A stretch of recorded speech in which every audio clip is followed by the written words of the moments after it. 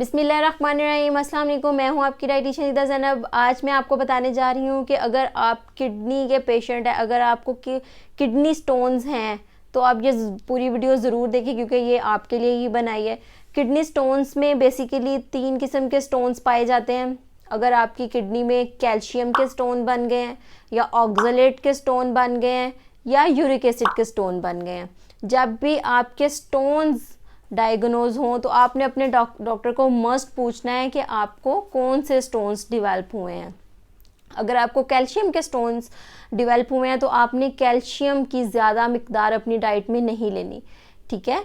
लेकिन ये नहीं आपने करना कि अगर आप कैल्शियम स्टोन्स से सफ़र कर रहे हैं तो आप कैल्शियम की बनी हुई चीज़ें लेना बंद कर दें। नहीं, आपने कैल्शियम से बनी हुई चीज़ें लेनी है, लेकिन आपने एक प्रॉपर क्वांटिटी में लेनी है, जिसमें आपके पास पनीर आ जाता है, दही आ जाता है, लस्सी आ जाती है, पिज़्ज़ा आ जाता है क्योंकि उसमें पनीर यूज़ होता है, खुश्क दूध आ जाता है और आइसक्रीम आ जाती है। अगर आपने अपनी डाइट में पनीर ऐड करना है तो आप 1 औंस तक पनीर ऐड कर सकते हैं। उसके अलावा अगर आपने दही ऐड करना है तो आप आधा कप तक दही अपनी डाइट में ऐड कर सकते हैं, आपने बिल्कुल बंद नहीं करना। आइसक्रीम आप 1 कप तक ले सकते हैं। पिज़्ज़ा आप 1 औंस तक, 1 स्लाइस जो पिज़्ज़ा का होता है 1 स्लाइस पिज़्ज़ा ले सकते हैं। लस्सी आप आधा कप ले सकते हैं। दूध आप आधा कप ले सकते हैं और खुश्क दूध आप 2 चम्मच तक ले सकते हैं। इसलिए आपने कैल्शियम वाली ग़िज़ाएँ कंप्लीटली अपनी डाइट से एलिमिनेट नहीं करनी, आपने किसी हद तक लेनी, क्योंकि जो मर्द हजरात होते हैं अगर वो कैल्शियम की उनको स्टोन बने हैं तो वो 800 mg तक कैल्शियम ले सकते हैं और फीमेल 1000 mg तक कैल्शियम स्टिल ले सकती हैं। लेकिन आपने ज़्यादा कैल्शियम वाली डाइट नहीं लेनी, क्योंकि अगर आप ज़्यादा कैल्शियम वाली डाइट लेना शुरू कर देते हैं फिर अगेन आपकी यूरिन में कैल्शियम खारिज होगी, किडनी में कैल्शियम आएगी और किडनी में जो कैल्शियम स्टोन्स बन रहे हैं वो बढ़ते जाएंगे।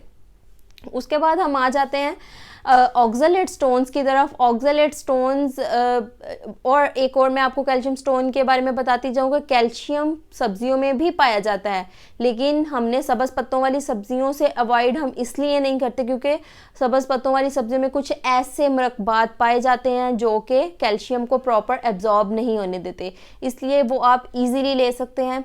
और अब हम आते हैं ऑक्सलेट स्टोन्स की तरफ। ऑक्सलेट स्टोन्स में बेसिकली ये होता है कि ये सब्जियों के थ्रू आपको ऑक्सलेट आपकी बॉडी में जाता है, लेकिन जब आपकी बॉडी में कैल्शियम और ऑक्सलेट 2 ऐसे मरकबात हैं जो एक दूसरे की एब्जॉर्प्शन को हिंडर करते हैं।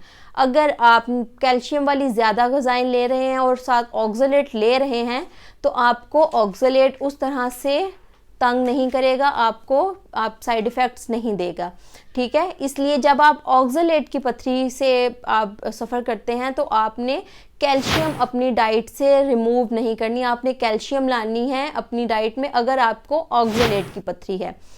तो ऑक्सलेट ज़्यादातर किन ग़िज़ाओं में होता है, उसके लिए हम कॉफ़ी होती है, मूंगफली होती है, ठीक है। उसके अलावा स्ट्रॉबेरी आ गई, शलजम आ गए, ठीक है। और लोबिया, चुकंदर, सब्ज़ पत्तों वाली सब्जियां, बैंगन, भिंडी, तोरी, शकरकंदी, ठीक है। कोका कोला, अखरोट, चलगोज़ा, ये इन सब में ऑक्सलेट बहुत अच्छी मिकदार में पाया जाता है।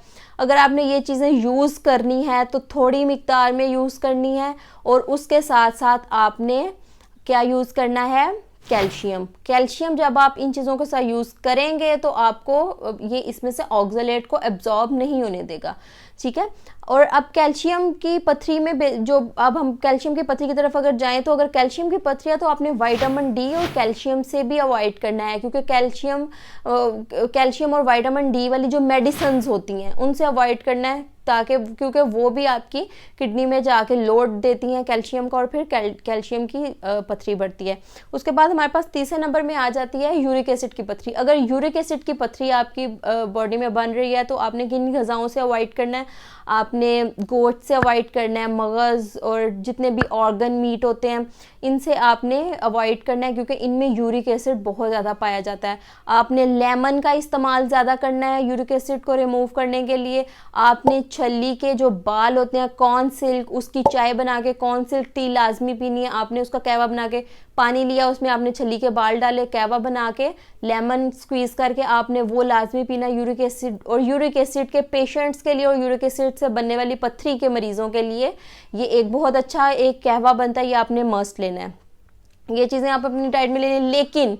लेकिन आपको मैं फिर बताती जाऊँ, अगर आप किडनी स्टोन से सफ़र कर रहे हैं तो आपने खुद से कोई डाइट प्लानिंग नहीं करनी, आपने प्रॉपर एक डाइटिशियन को कंसल्ट करना है, क्योंकि कस्टमाइज्ड डाइट प्लान होते हैं।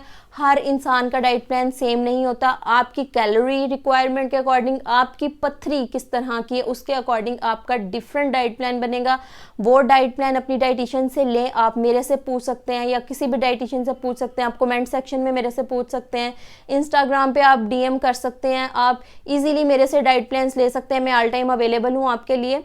तो लेकिन अपनी डाइट को प्रॉपर डाइटिशियन की सुपरविजन में लेकर चलें। खुद से कोई चीज़ ट्राई ना करें। जैसे आप कोई भी मेडिसिन खुद से नहीं ले सकते, इस तरह आप कोई भी डाइट खुद से नहीं ले सकते। आपको प्रॉपर कंसल्टेशन की ज़रूरत होती है। प्रॉपर कंसल्टेशन के साथ अपनी किडनी प्रॉब्लम्स को सॉर्ट आउट करें और हेल्दी वे में चलें। Thank you so much. अल्लाह हाफिज़।